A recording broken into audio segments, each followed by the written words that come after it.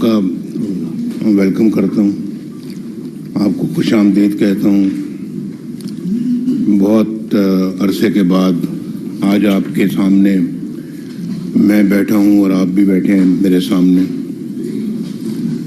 مجھے بڑی خوشی ہو رہی ہے اور اتنے سالوں کے بعد ہم اکٹھے ہوئے ہیں تو کافی دیر بیچ میں غیر حاضری ہماری لگتی رہی ہے,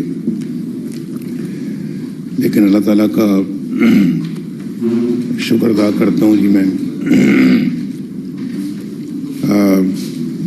اللہ تعالیٰ کے حضور سجدہ شکر بجا لاتا ہوں کہ اللہ تعالیٰ نے آج پھر یہ دن دکھایا ہے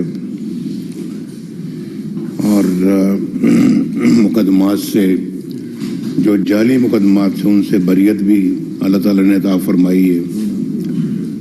اور ان مقدموں کا کھوکھلا پن آپ کو معلوم ہو گیا ہوگا, جو کہ میرا خیال ہے کہ ہمارے پارٹی رہنماؤں کا, ہمارے کارکنوں کا میری بے گناہی پہ ان کو پورا یقین تھا کہ یہ سارے مقدمے جو ہیں نا جان بوجھ کے بنائے گئے ہیں, ہماری حکومت ختم کرنے کے لیے بنائے گئے ہیں, نواز شریف کو وزارت عظمیٰ سے نیچے اتارنے کے لیے بنائے گئے ہیں. اس میں تو میرا خیال ہے کہ پارٹی کو, پارٹی کے کارکنوں کو اور پارٹی کے علاوہ عام شہریوں کو کوئی شبہ ہی نہیں تھا پہلے دن سے. آپ دیکھیں دونوں مقدمات میں, تینوں مقدمات میں کوئی جان ہی نہیں تھی. ہائی کورٹ میں آئے ہیں تو ان کا کھوکھلا پن پوری قوم کے سامنے, دنیا کے سامنے ظاہر ہو گیا ہے, اور کہ اس میں ہے ہی کچھ نہیں, نہ کوئی ایویڈنس ہے, نہ کوئی اس میں کوئی الزامات کے ثبوت ہیں. سب کچھ انہوں نے جو ہے نا وہ جے آئی ٹی نے اور ان سب لوگوں نے مل کے وہ بنائے تھے. اس کے پھر ججوں نے جو ٹرائل کیا ہمارا, پھر اس کے بعد کچھ نہیں ملا. جب کچھ نہیں ملا پاناما میں تو اقامہ نکال لیا. یعنی پاناما کو کرتے کرتے بیچ میں اقامہ اچانک آ گیا, کیونکہ پاناما میں تھا کچھ نہیں, ملا کچھ نہیں. وہ سزا دینا چاہتے تھے, مجھے کرسی سے اتارنا چاہتے تھے, تو پاناما تو اس کی اجازت نہیں دیتا تھا, تو انہوں نے اقامہ نکال لیا اور پھر وہ فیصلہ سنایا جو دنیا میں مذاق بن کے رہ گیا. اقامہ پہ آپ یعنی کہ ایک وزیر اعظم کو نکال رہے ہیں, اس نے بیٹے سے تنخواہ نہیں لی, اس بات پہ آپ وزیر اعظم کی چھٹی کرا رہے ہیں, سسلین مافیا کہہ رہے ہیں, اس کو گاڈ فادر کہہ رہے ہیں آپ. یہ ججز کبھی اس طرح کے الفاظ استعمال کرتے ہیں؟ ایک تو یہ ہمارا ٹرائل ہو رہا تھا جھوٹا, ادھر سے جو وہ اس بینچ کی طرف سے یہ ریمارکس, اور وہ ٹرائل ہو رہا تھا, ادھر سے میڈیا اپنا ٹرائل کر رہا تھا. یعنی پتہ نہیں کیا کہاں کہاں سے لوگ سازشی عناصر نکل کر روز شام کو دکانیں لگاتے تھے, دکانداری چمکاتے تھے, اور ہمارے خلاف جو زہر ہے وہ اگلتے تھے, جھوٹ بولتے تھے. آج وہ جھوٹ بالکل ہوا میں اڑ گیا ہے.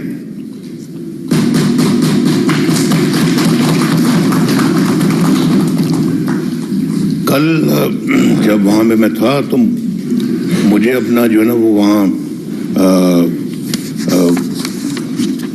پوچھا, دوستوں نے مبارکباد دی. تو مبارکباد لیتے تو انسان کے منہ پہ ذرا ایک اطمینان سا ہی جاتا ہے نا جی, ذرا تھوڑا سا انسان مبارکباد وصول کرتا ہے تو وصول بھی اچھے طریقے سے کرنی چاہیے. لیکن جو دکھ ہمیں دیے گئے ہیں اس کا کوئی مداوع ہے؟ کیا مداوع ہے اس کا؟ اور آپ یہ دیکھیں کہ میں لندن میں موجود تھا، میرے ساتھ مریم بھی تھی، تو ہم نے درخواست کی کہ بھائی ہم آ رہے ہیں، ہمارے آنے پر آپ نے جو فیصلہ سنانا ہے وہ آنے پر سنائیں، میں کورٹ میں آ رہا ہوں۔ لیکن انہوں نے ذرا بھی بات نہیں مانی، میں نیب کورٹ کی بات کر رہا ہوں۔ انہوں نے فیصلہ سنا دیا، مجھے 10 سال قید سنا دی، مریم کو 7 سال قید سنا دی، جائیدادیں ضبط کر لی جائیں، جرمانے، بڑے بڑے جرمانے جو نا وہ ڈال دیے ہمارے اوپر۔ تو میری اہلیہ آخری سانسیں لے رہی تھی وہاں پر، اور میں نے کہا مریم کو، میں نے کہا کہ اللہ تعالیٰ ان کو شفاعت عطا فرمائے، چلتے ہیں پاکستان سزا سننے کے بعد۔ میں نے کہا بالکل جاتے ہیں، اور جو ہے وہ بھگتیں گے سزا، جعلی مقدمہ ہے، اللہ تعالیٰ پہ ہم اپنا معاملہ چھوڑتے ہیں، لیکن ہم یہ نہیں کریں گے کہ ہم سزا سننے کے بعد یہاں بیٹھے رہیں۔ میرے ساتھ گئی، آخری دن تک میری اہلیہ بھی ہوش میں نہیں آئی، ان کو وہیں ہم ہسپتال میں ICU میں چھوڑ کے آئے۔ کبھی کبھی میں سوچتا ہوں شاید پتہ نہیں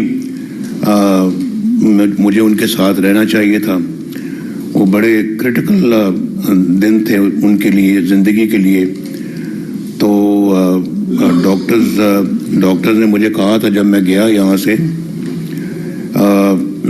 تو ہم بڑے خوش تھے، جا رہے ہیں، مقدمے کے بیچ میں سے ہمیں 1 ہفتے کی چھٹی لی ہم نے ان کی تیمارداری کے لیے۔ لندن گئے ہم، وہ گھر پہ تھے ان دنوں میں، تو ہم نے کہا چلیں آج شام کو جائیں گے، پہنچیں گے، ملاقات ہوگی۔ تو جب ایئرپورٹ پہ اترے تو ہمیں حسین لندن ایئرپورٹ پہ لینے آیا، تو انہوں نے کہا جی کہ آپ ابھی ہم ہسپتال جائیں گے۔ میں نے کہا کیا ہوا؟ کہ رات کو ان کی طبیعت بڑی خراب ہو گئی، تو ان کو ICU میں داخل کر دیا گیا۔ ہمیں بڑی حیرت ہوئی کہ کیا بات ہو گئی ایک دم۔ وہاں گئے تو بے ہوش تھی، تو جو ڈاکٹر تھا وہ اپنا انگریز ڈاکٹر تھا، تو مجھے اپنا ان کے ساتھ میں نے کہا ان سے ہم ذرا بیٹھ کے بات تو کریں، پوچھیں کہ ان کی کنڈیشن کیا ہے۔ تو بے ہوش تھی، تو کہنے لگا she has 1% chance of survival, 1%، اور 99% یہ کہ یہ نہیں سروائیو کریں گی۔ تو آپ اندازہ کر سکتے ہیں کہ کیا ہمارے اوپر بیتی ہوگی۔ تو ہم وہاں پہ 1 ہفتے کے لیے گئے، لیکن ان کی طبیعت بہت چونکہ خراب تھی، تو ہم نے ایکسٹینڈ کر دیا اور بھی۔ تو ہم تقریباً 1 مہینہ پھر وہاں رہے۔ 1 مہینے میں وہ ہوش میں نہیں آئیں، اور پھر یہاں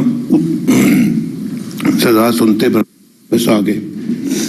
جس دن واپس آئے تو اطلاع ملی کہ وہ ہوش میں آ گئی ہیں، لیکن وہ ہوش میں آنا نہ آنا ہمارے لیے تو ایک ہی برابر تھا، کیونکہ ہمارا ان سے کوئی پھر رابطہ نہیں ہو سکا، سوائے کہ جیل سے میں ہفتے میں ہم 1-2 مرتبہ ٹیلی فون پہ جو پرمیشن ملتی ہے قیدیوں کو، تو وہ اویل کرتے تھے، تو اس سے بات ہوتی تھی ان سے، لیکن وہ بات کرنے کی پوزیشن میں نہیں تھی۔ لیکن ڈاکٹرز کہہ رہے تھے کہ ریکور کر رہی ہیں۔ بہرحال وہ اچانک پھر اپنا طبیعت ان کی ناساز ہوئی، ان کو پھر دوبارہ ICU میں داخل کر دیا گیا تقریباً 3 مہینے بعد۔ ان 3 مہینوں میں ہم جیل وہاں پہ اڈیالہ میں تھے، تو وہاں ایک عجیب داستان ہے، وہ میں داستان سنانا چاہ رہا تھا، پہلے بھی آپ نے سنی ہے، لیکن وہ ایک بڑی معنی خیز قسم کی داستان ہے، جو بار بار میری توجہ ادھر جاتی ہے، اور میرے منہ سے یہ باتیں نکلتی ہیں، بار بار نکلتی ہیں۔ کئی دفعہ میں سوچتا ہوں کہ میں بار بار کیوں بات کرتا ہوں، لیکن کرنی پڑتی ہے، یہ باتیں یاد رہتی ہیں اور زندگی بھر یاد رہیں گی، یہ نہیں بھول سکتی. یہ وہ زخم ہے جو کبھی بھریں گے نہیں. اور میں جیسے میں نے لاہور آ کے یہ کہا تھا 21 اکتوبر کو کہ میں کسی انتقامی جذبے سے یہاں نہیں آیا. میں نہیں چاہتا کہ کوئی انتقام لیا جائے، لیکن حساب تو لینا بنتا ہے. یہ تو پوچھنا چاہیے کہ ایسا کیا کیوں اس ملک کے ساتھ. میرے ساتھ جو ہوا سو ہوا، لیکن سزا، اصل سزا تو پاکستان کے عوام کو ملی ہے، جن کے لیے آج اس زمانے کی 4 روپے کی روٹی آج 15 روپے کی 20 روپے کی ہو گئی، جن کے لیے 50 روپے کی چینی آج نہ جانے 150 روپے کی ہو گئی. اس زمانے کی بجلی آج اتنے مہنگے بل ہو گئے کہ بل ادا نہیں ہو سکتا. اس سے بڑی سزا کیا ہو سکتی کہ ہمارے قوم کے بچے اسکول نہ جا سکیں. اس سے بڑی سزا کیا ہو سکتی ہے کہ ان کے 2 وقت کا کھانا نہ میسر ہو سکے. کیا سزا اس سے بڑی ہو سکتی ہے کہ وہ بیچارے یہی سوچتے رہیں کہ ہم اس مہینے کے اندر اپنے بچوں کی فیس اسکول کی کیسے ادا کریں. اگر ہم نے بل دینا ہے بجلی کا تو فیس نہیں دی جا سکتی، اور اگر فیس دینی تو بل نہیں دیا جا سکتا، اور اگر بل دیں گے تو کرایہ مکان جو مالک مکان ہے وہ نکال کے باہر پھینکے گا. یہ حال ہے ہمارے ملک کا، قوم کا. اس وقت لاکھوں لوگوں کو اس وقت روزگار مل رہا تھا اور کروڑوں غربت کی لکیر سے اوپر آ رہے تھے، غربت سے بھی نکل رہے تھے. سزا مجھے نہیں ملی، مجھے تو ایک فرد کے طور کے اوپر سزا ملی، ہمارے خاندان کو ملی، ہماری پارٹی کو ملی، لیکن اصل سزا پاکستان کے 25 کروڑ عوام کو ملی جو آج روٹی کو ترستے ہیں. میں نے خود دیکھا ویڈیو کے اندر کہ روٹی لوگ تقسیم کر رہے ہیں اور 100 خواتین اور بندوں کی لائنیں لگی ہوئی ہیں صرف روٹی لینے کے لیے مفت. پہلے ایسے منظر کبھی نہیں ہم نے دیکھے تھے، لیکن آج دیکھ رہے ہیں.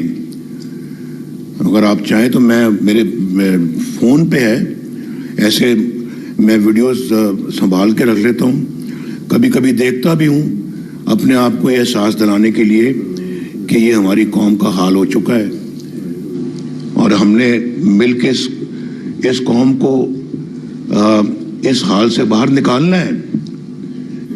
یہ یاد رکھنے کے لیے اور یہ اپنے آپ کو سبق سکھانے کے لیے. اگر کہتے ہیں تو میں وہ اسکرین پہ میں وہ سینز آپ کو ابھی دکھا سکتا ہوں. یہ عملاً ہمارے ملک اور ہماری قوم کا حال ہو گیا ہے. تو میں وہ بات کر رہا تھا کہ میں وہاں جب وہ دوبارہ کلیپس کر گئیں، ICU میں گئیں، تو میں کورٹ پہ تھا. وہاں ایک کورٹ میں تو مجھے سزا ہو گئی تھی، اسی کی سزا میں بھگت رہا تھا. دوسرا مقدمہ جس سے کل بریت ہوئی ہے، اس کیس میں نیب کورٹ میں تھا. مجھے بتایا گیا، فون آیا کہ جی وہ آپ تو بعد میں جو کہ کورٹ میں بات نہیں ہو سکتی تھی، کہ مجھے میسج آیا جی کہ وہ دوبارہ ICU میں چلی گئی ہیں، تو آپ ذرا بات کر لیں اپنے بیٹے سے. میں نے کہا بات تو جیل میں جا کے ہو سکتی ہے. ڈیالہ جیل میں چلے گئے تو ڈیالہ جیل میں وہ سیدھا سپرنٹ کے کمرے میں، اس کے باہر ہی گاڑی رکتی تھی، تو وہیں ہم اتر کے تو اس کے کمرے میں گیا. تو اس کے کمرے میں جا کے تو یہ جیل میں یہ بھی تھی، لیکن یہ چونکہ اس مقدمے میں کورٹ میں نہیں گئی تو یہ وہیں جیل میں تھی. تو وہاں جا کے تو میں نے سپرنٹ کو کہا کہ مجھے میری بات کرا دیں، یہ واقعہ ہوا ہے اور میں جو ہے وہ مجھے پتہ لگا ہے کہ ان کی طبیعت پھر ناساز ہو گئی ہے، تو میں بات کرنا چاہتا ہوں، آپ میری بات کرا دیں. تو اس نے کہا جی ہم تو بات نہیں کرا سکتے. میں نے کہا یہ ایک بہت ہی انسانی ہمدردی والا معاملہ ہے، ایمرجنسی ہے، اگر آپ بات کرا دیں گے تو آپ کو کس نے نوکری سے باہر نکال دینا ہے. آپ میری بات کرا دیں اور آپ کہہ دیں کہ جناب ان کی وائف بہت بیمار ایک دم ہو گئی، تو میں نے بات کرا دی، تو آپ کو کوئی آپ کے خلاف کوئی ایکشن تو نہیں ہوگا. 2 فون لینڈ لائنز پڑی ہوئی تھیں، 2 موبائل تھے.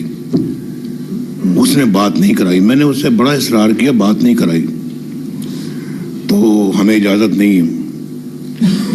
خیر میں پھر اٹھ کے چلا گیا وہاں اپنے سیل میں, جس سیل میں مجھے رکھا ہوا تھا.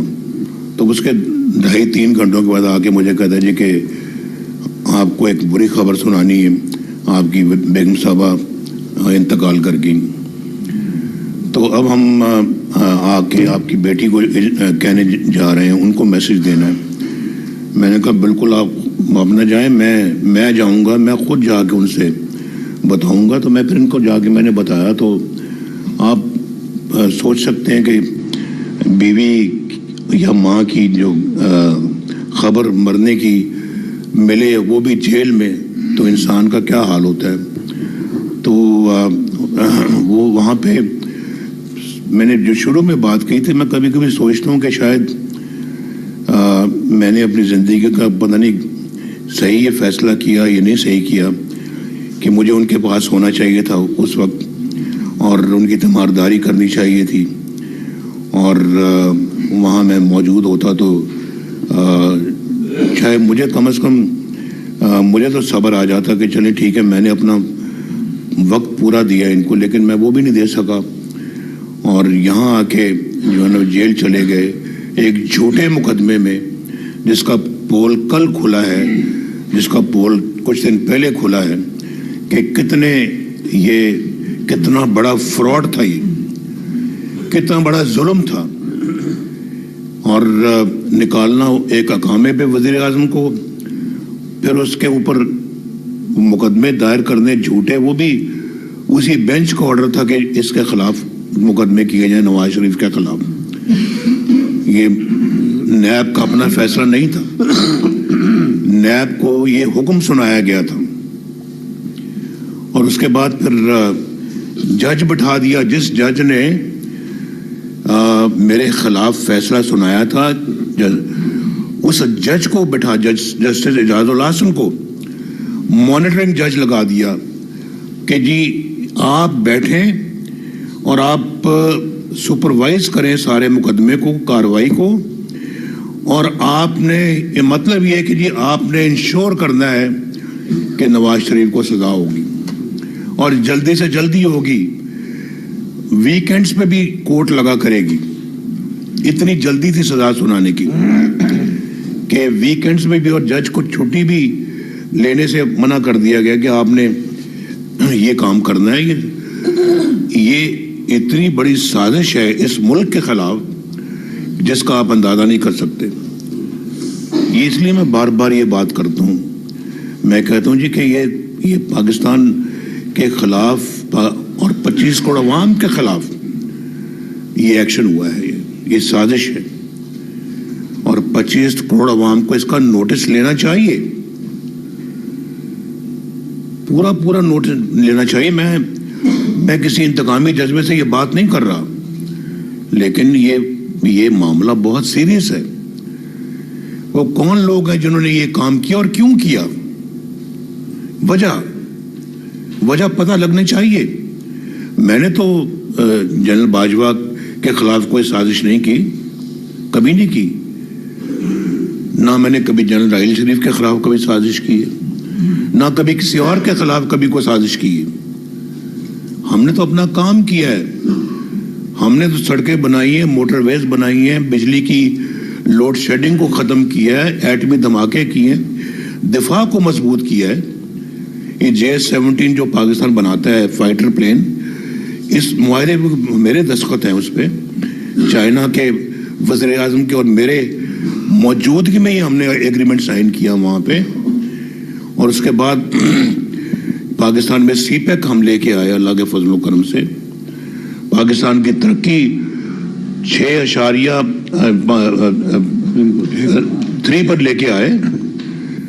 فورن ایکسچینج ریزروز تاریخی تھے ہمارے زمانے میں, اور اس کے بعد ڈالر کو باندھ کے رکھا ہم نے 4 سال.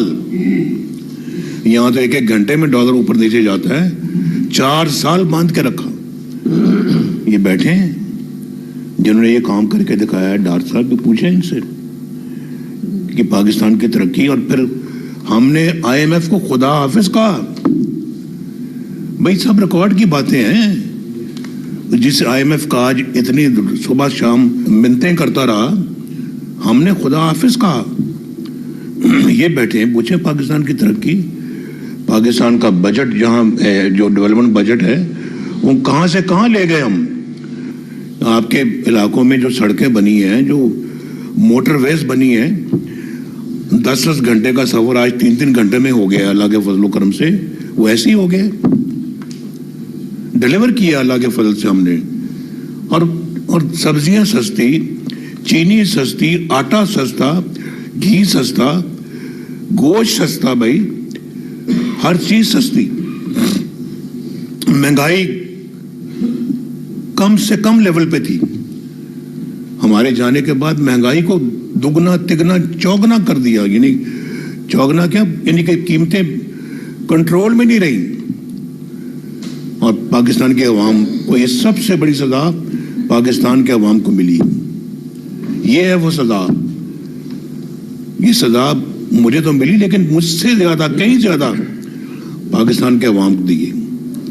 بتائیں مجھے ذرا, بتائیں وہ کس طرح سے جسٹیفائی کرتے ہیں یہ سارا ایکشن جو انہوں نے اس قوم کے خلاف کیا ہے.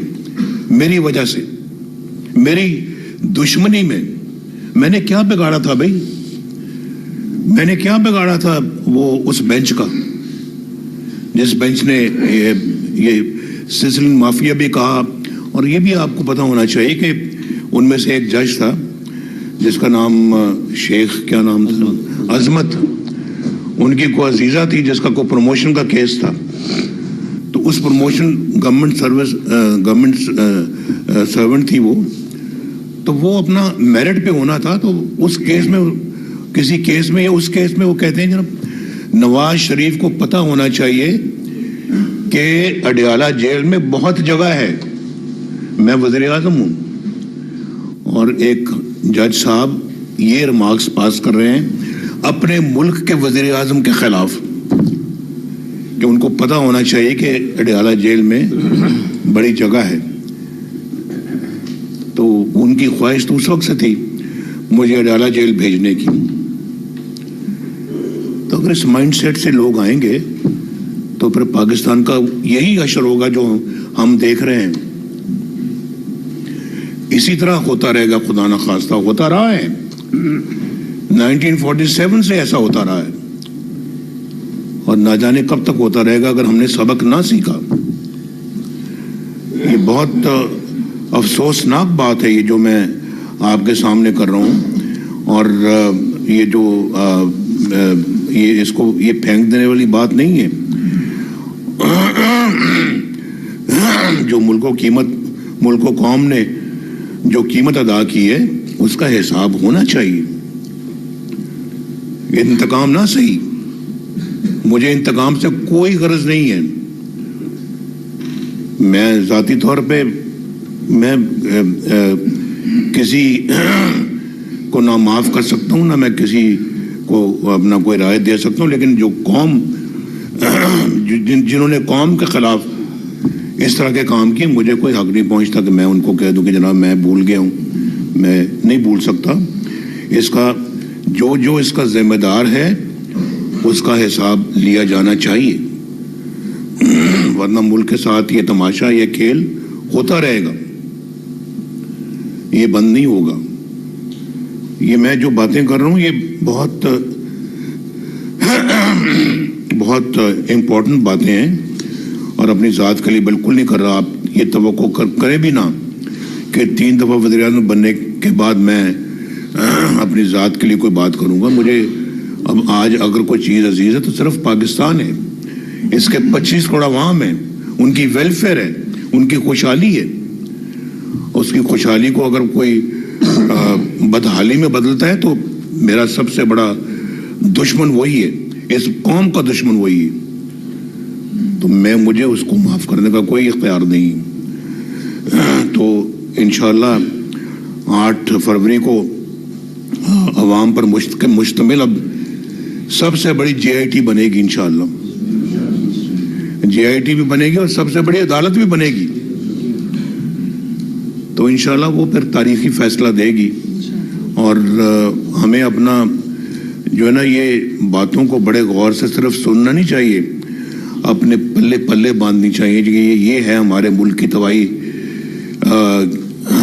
کی وجوہات, اور ہم نے اپنے ملک کو ایسے ہاتھوں میں نہیں چھوڑنا کہ جو کھیل کھیلیں ملک اس کا شکار ہوتا پھرے. بالکل نہیں, ورنہ اس طرح کے کھلنڈرے آتے رہیں گے اور پاکستان کی تباہی اور زیادہ بڑھاتے رہیں گے. تو بس میں اتنی آج بات کرنا چاہ رہا تھا. مجھے جہاں اس بات کا اطمینان ہے کہ ان جھوٹے مقدموں سے مجھے اللہ تعالیٰ نے بری فرمایا ہے, تو آپ دیکھ لیں کہ کتنی جلدی وہ فیصلے ریورس ہوئے ہیں. اور کل کورٹ میں اگر آپ نے کارروائی سنی ہو تو انہوں نے بالکل یعنی کہ صاف صاف کہہ دیا کہ یہاں تو کوئی ایویڈنس ہی نہیں ہے, کچھ بھی نہیں ہے, کوئی ثبوت ہی نہیں ہے, کوئی کاغذات ہی نہیں ہے. ساری ایک سازش کے تحت, انہوں نے تو نہیں کہا لیکن میں کہہ رہا ہوں اور دنیا بھی کہہ رہی ہے, ایک سازش کے تحت یہ سارے مقدمات بنائے گئے اور پاکستان کے 25 کروڑ عوام کے نمائندے کو دھکے دے کے وزارت عظمیٰ سے باہر نکالا گیا اور جیلوں میں ڈالا گیا. تو اس کے خاندان کو بھی سپیئر نہیں کیا گیا, اس کی بیٹی کو اس کی آنکھوں کے سامنے گرفتار کیا گیا. جب نیب مریم نواز شریف کو لے کر, تو میں سامنے بیٹھا ہوا تھا, میں دیکھ رہا تھا جب وہ اس کو اریسٹ کرنے آئے تھے. میں کوٹ لکھپت جیل میں تھا میں, اور مجھے گھر سے ملنے آئی تھی, میرے لیے کھانا لے کے آئی تھیں, اور ابھی ہم نے کھانا شروع بھی نہیں کیا تو اس کو وہاں سے وہ اریسٹ کر کے لے گئے. یہ میرے دائیں بائیں سب بیٹھے ہوئے ہیں جو جیلوں میں رہے. اب بتائیں اس بندے کا کیا قصور ہے؟ شریف آدمی ہے یہ, اور بچپن سے میرے ساتھ رہا ہے. میں تو اس کی کسی برائی سے واقف نہیں ہوں, نہ یہ برا آدمی ہے. میرے بھائی شہباز شریف, ان کا میرا بھتیجا, یہ آج باہر سے ان کی والدہ صاحبہ بیمار تھیں. کتنے سال رہے حمزہ تم؟ 2 سال جیل میں. بتائیں ذرا کیا کون سا اس کے پاس سرکاری عہدہ تھا, کیا تھا اس کے پاس؟ 1999 میں میرا بیٹا حسین, اس کے پاس کون سا عہدہ تھا؟ 1 سال بلکہ 14 مہینے مشرف کی جیل میں رہا. وہ کون سا عہدہ تھا اس کے پاس؟ کیا کون سی وزارت تھی, کون سی اس کے پاس, کون سا مشیر تھا وہ؟ اس کے پاس کون سا عہدہ تھا مریم کے پاس؟ یہ کون سی کو میری وزیر یا مشیر تھی؟ یہ کیا ہے سب کچھ؟ یہ سکہ شاہی ہے, اس کو سکہ شاہی کہتے ہیں. اور آپ اپنا جو دل میں آئے وہ کر گزریں. آپ ایسے ملک تو نہیں چلتے, ایسے تو گھر نہیں چلتے, خاندان نہیں چلتے, ملک کیا چلے گا؟